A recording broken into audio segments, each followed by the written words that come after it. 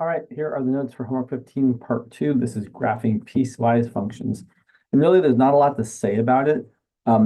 We're really just going to graph each of these functions and then take the part of it we need. So for the piecewise function, f of x equal to x squared plus 1 when x is less than 2, and 7 minus x when x is bigger than or equal to 2, we're going to graph each of those functions. So we don't actually have to graph both of them. I am going to this time. I'm going to focus on the usual things, so the intercepts, like the x-intercept and the y-intercept, as well as what's happening when we switch from one to the other. So I'm going to focus on what's happening at x equal to 2. So here's a graph of y equal to x squared plus 1. And I know it's my usual parabola shifted up by 1, so my y-intercept is 0, 1. And it's got this shape like this. And I'm not doing a really good job of graphing. I'm just kind of giving you a basic idea. I know that if x were to equal 2, 2 squared plus 1 is 5. They would have the point 2, comma 5. And the other graph, y equals 7 minus x, looks like the line 7 minus x. So it's got a y-intercept of 7 and x-intercept also of 7. So it looks like this. There's a 0, 7 there, 7, 0 there. And I have x would be 2 here. 7 minus 2 is also 5. So I'm in luck in that these two graphs are going to meet up at the same point, 2, comma 5. So I'm going to graph this one, but I'm only going to graph up until, that's not very good here, sorry. Up until like right there, I'm going to stop there, and then I'm going to graph from here all the way over there. I'm going to combine just those pieces together. And again, I'll point out, I'm doing this graph when x is bigger than or equal to 2. I'm doing this graph when x is less than 2. All right, let's do it. So 1, 2, 3, 4, 6, 7. So again, and then I have my usual parabola. It's going to have the usual points. Shift up by 1. This. I'm just plotting some points. Like I've got the point 0, 1, and negative 1, 2, and negative 2, 5, and 1, 2, and 2. So I would not quite have 2, 5 just yet. So I just were to graph the parabola x squared plus 1 when x is less than 2, it looked like this. And since I'm just graphing that part, x is less than 2, I don't actually get the point 2, comma 5. But since this other graph exactly has the point 2, comma 5, I then get to fill in that circle and graph the line like that. And I would point out that this x-intercept is the x-intercept 7, comma 0. This y-intercept is the y-intercept 0, comma 1. Just like with other graphs, it's always a good idea to graph the x-intercepts and the y-intercepts. I would also make note of this point here, or whatever point you have when you switch from one piece to the other piece. Great. Let's look at a very similar example where the two pieces don't actually meet up where we switch from one to the other. So it's actually going to be almost the same function, except now it's going to be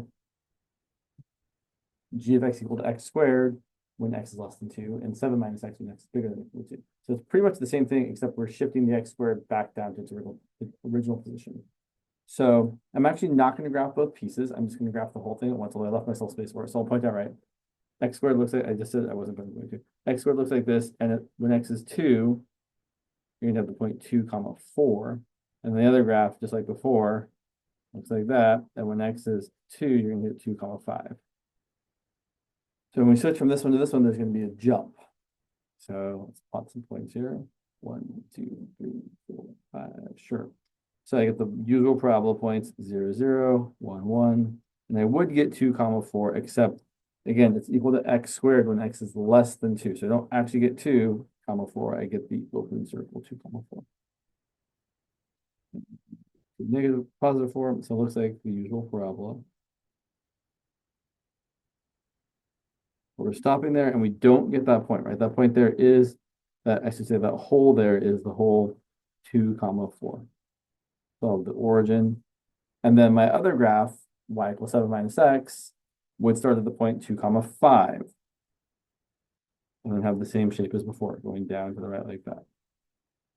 Having the x-intercept of 7, comma 0. And this point is 2, comma 5. So typically, for a piecewise function, we label the points, point or points. Like so in the previous one, the point 2 comma 5 where we changed from one piece to the other piece, it happened to be the same value, or the whole 2 comma 4 and the point 2 comma 5 where we change from the parabola to the line. We almost always label those lines on those pieces there, or at the ends of each piece there. Sorry, we label those points at the end of each piece. All right. So a few more examples, but really this is kind of the whole idea is you take each piece and then you put them together on one graph. Let's look at the next one here. Run the graph f of x equal to x plus 2 squared when x is less than or equal to 0, and e to the x when x is greater than 0.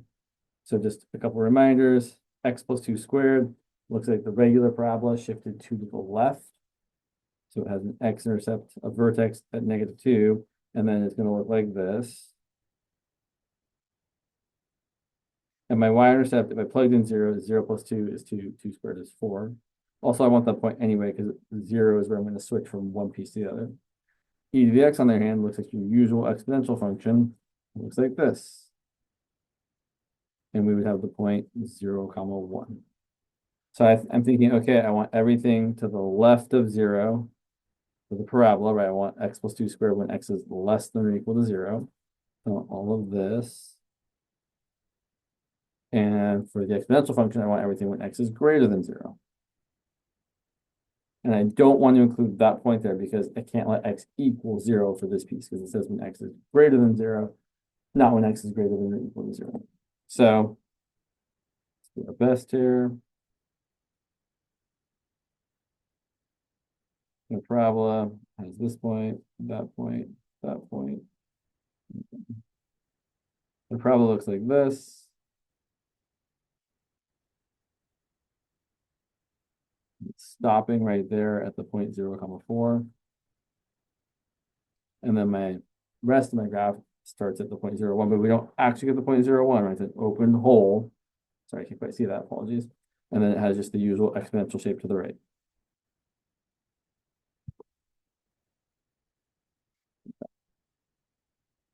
And I should label this. Even though there's not a point there, we still label the holes. Okay, that's kind of it. A few more examples and then we'll be done. Let's see, we're going to graph f of x equal to 1 over x when x is less than or equal to -1, and the negative absolute value of x when x is greater than -1. Okay, so 1 over x looks like this, your usual hyperbola. And we know we want only to the left of -1. So here's -1. We want everything that's to the left of it. So all this stuff over here. And then we want the negative absolute value of x. So that's the absolute value graph flipped over the x-axis. Instead of being an upward v, it's a downward v. And I want everything to the right of -1. So all of this. That point here, if I plug in -1, 1 over -1 is also -1. So that's the point -1, -1. If I plug in -1 here, the absolute value of -1 is 1, but then -1 is also going to be -1. So it's -1, -1. So these graphs are going to meet up, right? There's not going to be a weird jump. Weird is probably the wrong word. There's not going to be a jump. So let's see here. So now I've got the point -1, -1, and then the absolute value part looks like that. And then the 1 over x part looks like that. So it's going to look like there's our funky graph. Got the point -1, 1, -1. It's got the origin, which you don't really have to label the origin if it's clear that you've marked it, but so there's our piecewise function. F of x equals 1 over x when x is less than or equal to -1, and equals negative absolute value of x when x is bigger than -1. Just as a point of interest, right, when I say less than or equal to -1, I'm showing that we're going to the left. So when x is less than or equal to -1, that means x is left of -1. And when x is bigger than -1, that means x is to the right. And x is always the horizontal direction. A couple more examples. So we've got this parabola here, -x squared plus 3. It's opening downwards. It's shifted up by 3. So it's like 3. It looks like this. Is my -x squared plus 3. And I know I want to see what's happening at 1. So I plugged in 1. -1 squared. Be careful here.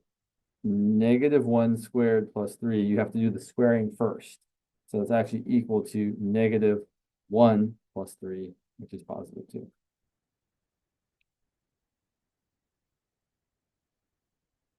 And then for the square root of x plus 3, it's your usual square root graph shifted 3 to the left. So like that, usual shape. If we plug in 1, 1 plus 3 is 4, the square root of 4 is 2. Oh, look, these graphs are going to meet up at that point. So I'm just going to draw them both on here. So I'm going to have, let's see, 1, 2, 3, 1, 2, 3, 3. So I want the left side of this graph from point 1, and from the point 1, I want the right side of this graph. Okay, it's not too bad.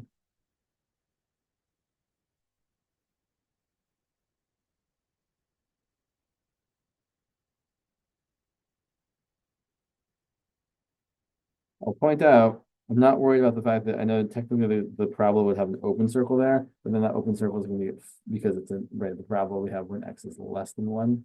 But since that open circle is going to get filled in by the square root part, I'm just going to not worry about it and just say, okay with that.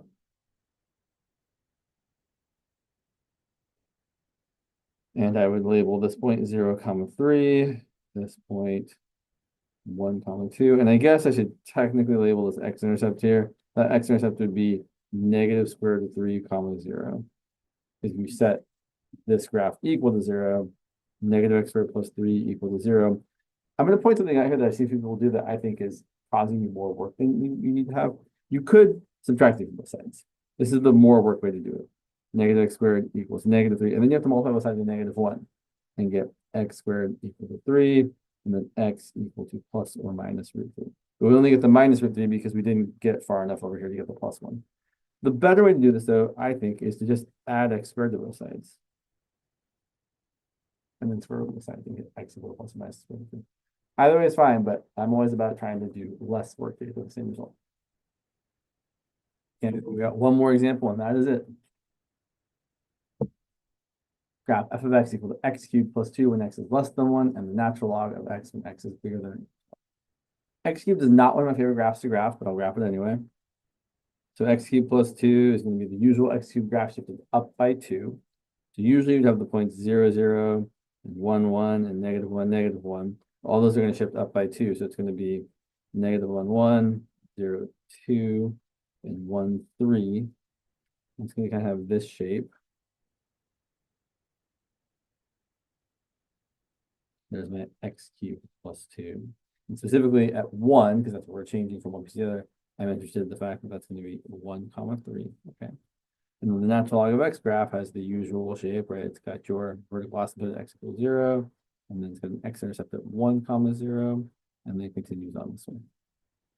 So I want the natural log of x graph when x is bigger than or equal to 1, so I want this point onward to the right. And I want the x cubed plus 2 graph when x is less than 1. So I want the open circle here and all this to the left. And I combine those two pieces together to get my final graph here. So let's see. So 1, 2, 3. Let's see. So I've got the points negative 1, 1, 0, 2, almost 1, 3, but not quite. It's going to look like this. Having the usual kind of cubic polynomial shape. And then I'm going to have the rest of this over here. So starting at 1, 0, just the usual logarithmic shape.